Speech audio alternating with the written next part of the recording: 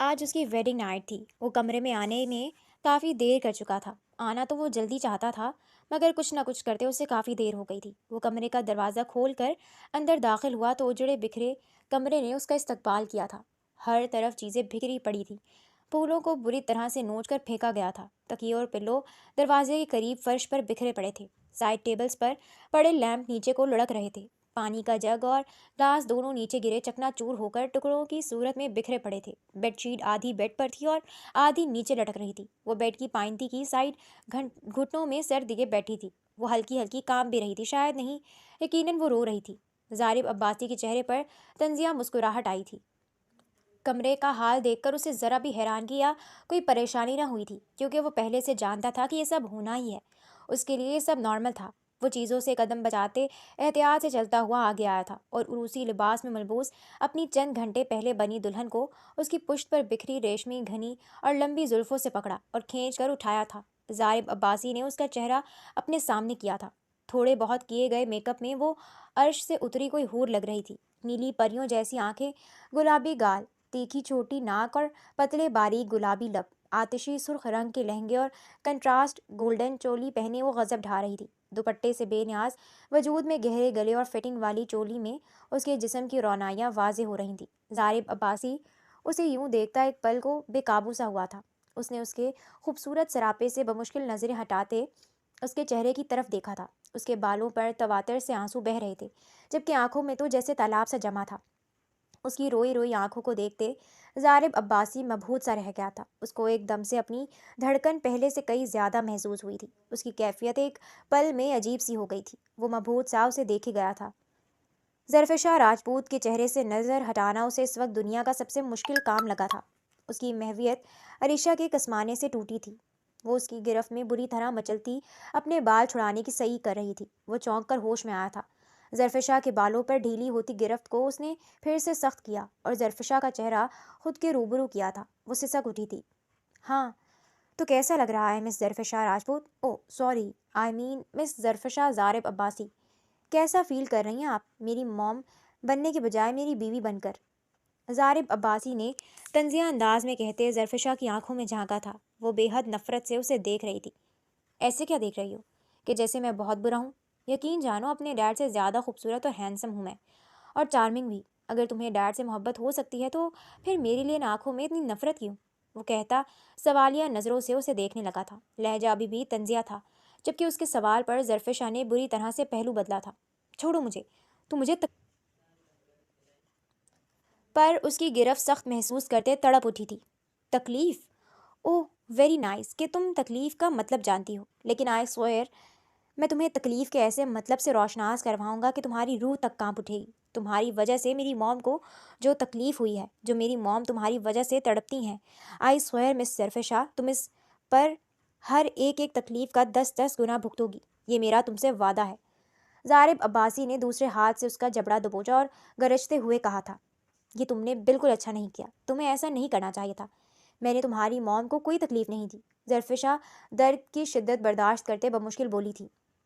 او rally, اب تم مجھے بتاؤ گی کہ کیا اچھا ہے اور کیا نہیں؟ ظارف کو اس کی بات بالکل پسند نہیں آئی تھی۔ بتاؤ کیا قیمت ہے تمہاری اور کیا ڈیمانڈ ہے؟ صرف مجھ سے گزارا ہو جائے گا یا پھر؟ وہ درستی سے ذو معنی انداز میں کہتا اس کے چہرے پر جھکا، جب ظرفشا نے اس کے سینے پر ہاتھ رکھتے اسے خود کے قریب ہونے سے روکا تھا۔ شرم آنی چاہیے تمہیں ایسی بات کرتے ہوئے، وہ غصے سے بولی تھی۔ بڑی شرم آ رہی ہے؟ اس وقت تو نہ آئی شرم جب اپنے باپ کی عمر کے شخص کو اپنی اداؤں کے جال میں اسیر کر رہی تھی۔ شرم تو تمہیں آنی چاہیے تھی اپنے باپ کی عمر کے شادی شدہ اور بچوں والے شخص سے شادی کرتے ہوئے۔ اس وقت کہاں مر گئی تھی یہ شرم؟ ظارف عباسی اب کی بار بولا نہیں بلکہ دھاڑا تھا۔ مارے تیش کے اس کی آنکھیں آگ برسانے لگی تھی۔ تم سے مطلب نہیں ہے، میں جو مرضی کروں، میری اپنی زندگی ہے۔ ظرفشا اب کی بار کاٹ دار لہجے میں بولی اور نظریں پھیر گئی تھی۔ اب تمہارے سارے مطلب مجھ سے ہی ہیں۔ ایسے کیسے مطلب نہیں ہیں؟ تم میرے باپ کو پھنسا رہی تھی، میری ماں کی سوتن بننے جا رہی تھی، اتنی چھوٹی سی عمر میں میری ماں بننے جا رہی تھی۔ یہ سارے مطلب تو مجھ سے ہی تھے نا۔ میں کیسے تمہیں اپنی موم اور ڈیڈ کی زندگی برباد کرنے دیتا؟ ویسے کون سی ادائیں دکھا دکھا کر میرے باپ کو پھانسا تھا تم نے؟ ذرا مجھے بھی تو دکھاؤ، میں بھی تو دیکھوں کہ میری بیوی کتنی ٹیلنٹڈ ہے اس کام میں۔ وہ اس کے وجود کو دیکھتا اس کے گہرے گلے پر چوٹ کرتا ہوا بولا تھا۔ ظرفشاہ نے جلدی سے بازو کو کراس کی شکل میں لیتے اپنے سینے کو ڈھانپا تھا۔ اس نے بے بسی سے نیچے پڑے اپنے دوپٹے کو دیکھا جسے وہ غصے میں نوچ کر پھینک چکی تھی اور اب وہ زارب کے قدموں کے نیچے تھا۔ چھوڑو مجھے، وہ غصے سے چلائی مگر بے بسی سے اس کی آواز بھرا گئی تھی۔ اسے زارب عباسی سے خوف محسوس ہو رہا تھا۔ اتنا کبھی وہ اس شخص سے نہ ڈری تھی جس سے وہ شادی کرنے والی تھی جتنا اس کے بیٹے سے ڈر رہی تھی۔ زارب عباسی کی پرسنالٹی ہی کچھ ایسی تھی کہ سامنے والے پر خود بخود اس کا رو بیٹھ جاتا تھا۔ اب تو یہ ناممکن ہے بیگم، اب تک کبھی بھی میری قید سے نہیں نکل سکتی۔ تم ساری زندگی یہیں اسی گھر اسی کمرے میں سڑتی رہو گی۔ زارب عباسی نے اسے غصے سے بیڈ پر پھینکا اور اس پر اس کا مستقبل واضح کیا تھا۔ ایسا نہیں ہو سکتا، تم ایسا نہیں کر سکتے، تم مجھے طلاق دو، مجھے ابھی اور اسی وقت تم سے طلاق چاہیے۔ اس کی مستقبل کی پلاننگ سن کر ظرفشاہ جھٹکے سے اٹھ کر اس کے مقابل آئی تھی۔ وہ شخص کے ساتھ گھر بسانے کا دور دور تک قطعی کوئی ارادہ نہیں رکھتی تھی۔ کیوں چاہیے تمہیں طلاق؟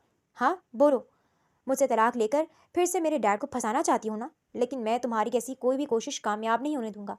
میں کبھی تمہیں طلاق نہیں دوں گا، میری یہ بات کان کھول کر سن لو، زارب عباسی نے سختی سے کہا تھا۔ اس کا لہجہ اٹل اور فیصلہ حتمی تھا جسے سنتے ظرفشاہ کو اپنے راستے مسدود ہوتے ہوئے محسوس ہوئے تھے۔ وہ یوں اس شخص کو کسی صورت اپنی راہ میں نہیں آنے دے سکتی تھی۔ تم مجھے یوں قید نہیں کر سکتے، میں بھاگ جاؤں گی یا پھر تم پر خلا کا کیس کر دوں گی۔ وہ اسے دھمکانے والے انداز میں بولی تھی مگر اندر ہی اندر اس کا دل کانپ رہا تھا۔ اس کی بات پر زارب عباسی نے زوردار کہکہا لگایا تھا۔ تم نے مجھے بے وقوف سمجھا ہوا ہے کیا؟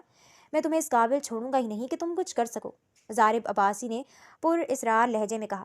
اس سے پہلے کہ ظرفشاہ کچھ سمجھتی وہ اسے ایک جھٹکے سے بستر پر دھکیل کر اسے بچاؤ کا موقع دیے بغیر اگلے ہی لمحے اس پر حاوی ہو چکا تھا۔ ظرفشاہ کی ساری مزاحمتیں، ساری کوششیں بیکار گئی تھیں۔ زارب عباسی کے کثرتی وجود کے آگے اس کے معصوم وجود کی کوئی مزاحمت نہ ٹھہر سکی تھی۔ وہ اسے لمحوں میں ڈھیر کر گیا تھا۔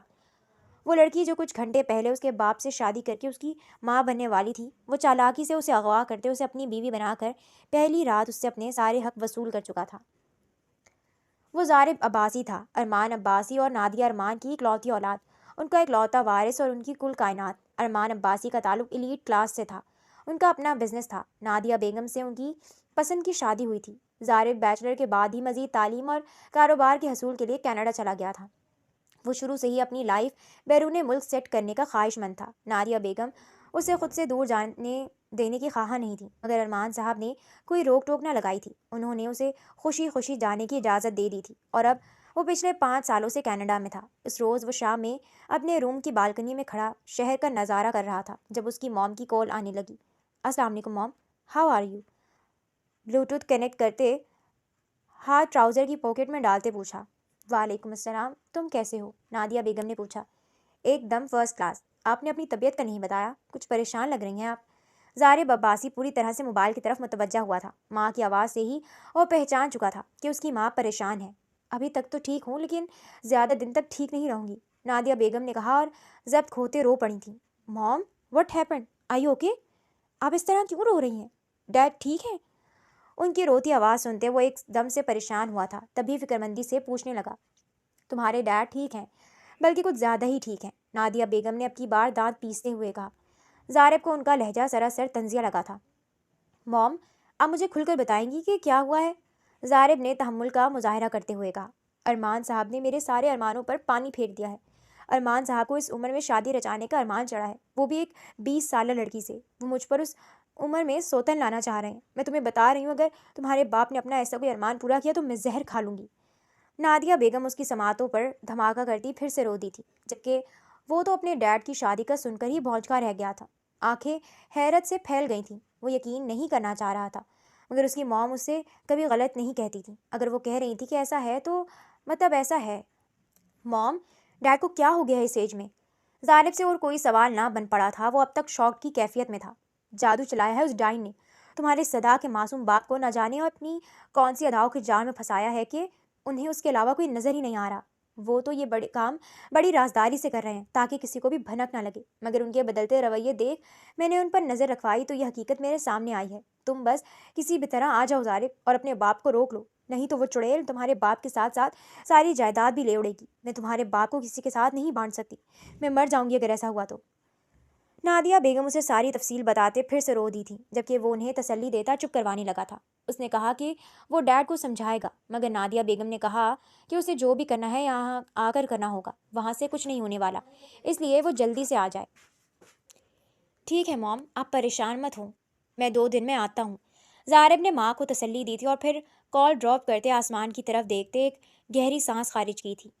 ڈیڈ کیا ہو گیا ہے آپ کو؟ بیٹے کے سر پر صحرا سجانے کی عمر میں آپ خود گھوڑی چڑھنے کے لیے تیار ہو گئے ہیں؟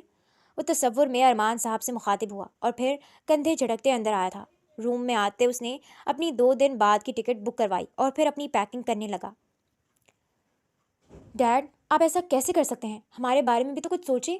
وہ پچھلے 2 گھنٹے سے ارمان صاحب کے ساتھ مغز ماری کرتے انہیں سمجھانے کی کوشش کر رہا تھا، مگر ارمان صاحب پر نہ جانے کون سا بھوت سوار تھا کہ وہ اس کی کوئی بات سن ہی نہیں رہے تھے۔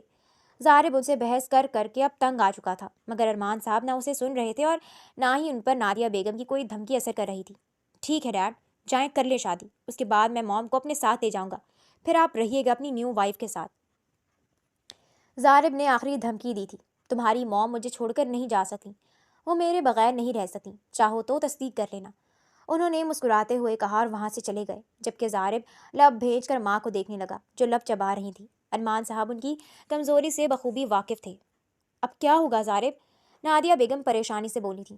آپ فکر مت کریں موم، میں آپ کے ارمان صاحب کا یہ ارمان ہی رہے گا، میں کسی صورت ان کی دوسری شادی نہیں ہونے دوں گا، پھر چاہے اس کے لیے مجھے کچھ بھی کرنا پڑا، یہ میرا وعدہ ہے آپ سے، بھروسہ رکھیں، ڈیڈ صرف آپ کے ہی رہیں گے۔ ان کو اپنے ساتھ لگاتے زارب نے پختہ لہجے میں کہا تھا اور پھر اس نے اپنا وعدہ سچ کر دکھایا تھا۔ سب سے پہلے اس نے اس لڑکی کی معلومات نکلوائی تھیں، اس کا نام زرفشا تھا۔ وہ لڑکی پچھلے چند مہینے سے ارمان صاحب کے آفس میں ان کی پرسنل سیکرٹری کے طور پر کام کر رہی تھی اور پھر کچھ عرصے سے دونوں زیادہ تر ساتھ پائے جانے لگے تھے، کبھی لنچ پر تو کبھی ڈنر پر۔ زارب نے جو ہی زرفشا کی تصویر دیکھی اس نے نخوت سے سر جھٹکا تھا، اسے یقین نہ آیا تھا کہ اس قدر معصوم چہرہ بھی یوں چالاکیاں کر سکتا ہے۔ اسے لگا کہ شاید وہ یہ سب پیسوں کے لیے کر رہی ہے، کیونکہ اس کا بیک گراؤنڈ اتنا مضبوط نہ تھا۔ تبھی اس نے زرفشا سے ملنے کا سوچا تھا۔ اس نے زرفشا کی معلومات میں دیا گیا نمبر اپنے کانٹیکٹ میں سیو کیا اور اسے ٹیکسٹ کیا تھا۔ ہیلو میسج کرنے کے بعد وہ کافی دیر موبائل کو دیکھتا رہا تھا، لیکن جب کوئی رپلائی نہ آیا تو فون ایک طرف رکھ کر وہ دوسرے کاموں میں مصروف ہو گیا تھا۔ زرفشا گھر میں داخل ہوئی تو اس کی اماں اسی کی منتظر تھیں۔ وہ پورا دن ارمان عباسی کے ساتھ تھی۔ آج وہ اسے شاپنگ پر لے گئے تھے اور اپنی پسند کی شادی کی ساری شاپنگ کروائی تھی۔ دونوں نے ساتھ میں لنچ اور پھر ڈنر بھی کیا تھا۔ ابھی وہ اسے اس کے گھر کے باہر ڈراپ کر کے گئے تھے۔ زری کہاں تھی تم پورے دن سے؟ آج تو دفتر کی چھٹی تھی نا، پھر تم کہاں رہی اور یہ سب سامان؟ اسے اندر آتے دیکھ اماں نے پوچھا اور پھر اس کے ہاتھ میں موجود شاپنگ بیگز کو سوالیہ نظروں سے دیکھا تھا۔ شاپنگ بیگز اتنے زیادہ تھے کہ بمشکل اس کے ہاتھ میں آ رہے تھے۔ اماں یہ میری شادی کے کپڑے اور باقی سامان ہے، کچھ کپڑے آپ کے بھی ہیں، آپ دیکھ لینا، اگلے جمعے میری شادی ہے، آپ نے جس چیز کو بتانا ہو بتا دینا، اماں کی طرف دیکھتے اس نے اسپاٹ لہجے میں کہا تھا اور چند شاپنگ بیگز اپنی ماں کی طرف بڑھائے۔ زری مت کرو یہ سب، تم کیوں اپنے ہی ہاتھوں سے اپنی زندگی برباد کرنا چاہ رہی ہو؟ وہ شخص تمہاری باپ کی عمر کا ہے۔ اس کی اماں نے اسے سمجھانے کی ناکام سی کوشش کی تھی۔ باپ کی عمر کا ہے، باپ نہیں ہے، اور میں فیصلہ کر چکی ہوں، میں کھانا کھا کر آئی ہوں اور بہت تھک چکی ہوں، اب آرام کروں گی، صبح بات کرتے ہیں۔ زرفشا اتنا کہہ کر اپنی ماں سے نگاہیں چراتی اپنے کمرے میں چلی گئی تھی۔ کمرے میں پہنچ کر اس نے شاپنگ بیگز بے دلی سے صوفے پر پھینکے اور بیگ کھولتے اپنا موبائل نکالا تھا۔ اس نے فون ان لاک کیا تو نوٹیفیکیشن میں ان نون نمبر سے میسج جگمگا رہا تھا۔ جی کون؟ رپلائی کرتے اس نے فون بیڈ پر رکھا اور خود چینج کرنے چلی گئی۔ وہ بیڈ پر آ کر لیٹا ہی تھا جب اسے زرفشا کا رپلائی ملا تھا۔ یہ جاننا ضروری نہیں ہے کہ میں کون ہوں، بلکہ یہ جاننا ضروری ہے کہ میں کیا چاہتا ہوں۔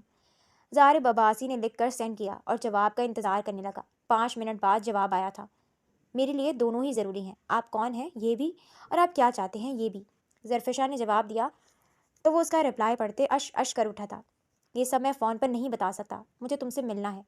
زارب بلا وجہ اور فضول کی باتوں میں ٹائم ویسٹ کیے بنا سیدھا مدعے کی بات پر آیا تھا۔ اس کا میسج پڑھتے زرفشا کے ماتھے پر بل نمودار ہوئے تھے، ایک تو اجنبی اور دوسرا یہ دھونس بھرا رویہ اس سے بالکل بھی پسند نہیں آیا تھا۔